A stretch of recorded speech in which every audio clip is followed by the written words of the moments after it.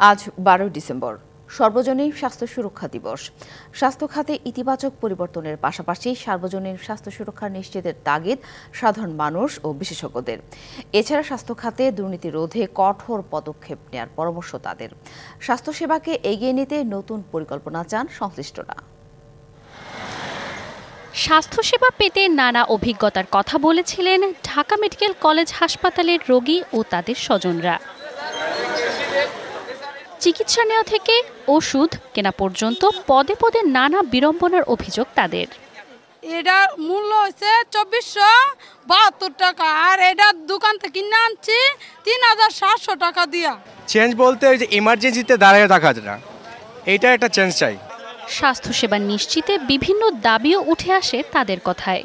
3 জন রোগী যদি অসুস্থ একটা সিটে থাকে, 2 জন রোগী একটা সিটে থাকে, তাহলে সে সুস্থ কিভাবে পাবে? তোরের অবস্থা মানে রাত হলেই 14 আনাগোনা বাইরে যায় অনেক, আমরা কেউ এখানে নিরাপত্তা নাই এখানে।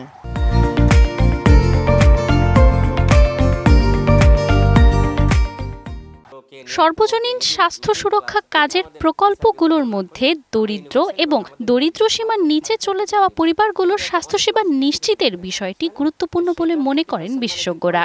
আর এখানে আমাদের মাত্র 4.5 কোটি পরিবার, এবং এটা দেওয়ার জন্য আমরা হিসাব করে দেখছি যে সরকারের 6000 কোটি টাকার বাজেট লাগে। আমাদের বাংলাদেশে প্রায় 19.5 কোটি মোবাইল ফোন ইউজার আছে।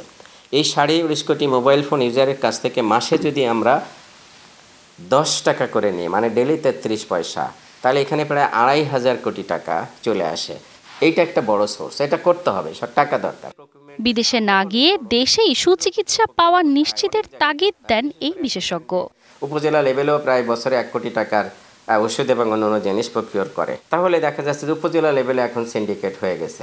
এই জায়গাগুলোতে আমাদের শক্ত হাতে যদি পরবর্তী গভর্নমেন্ট যারা আসবে তারা দমন করতে পারে। Manjuma Afroz Nilima, DBC news, Dhaka.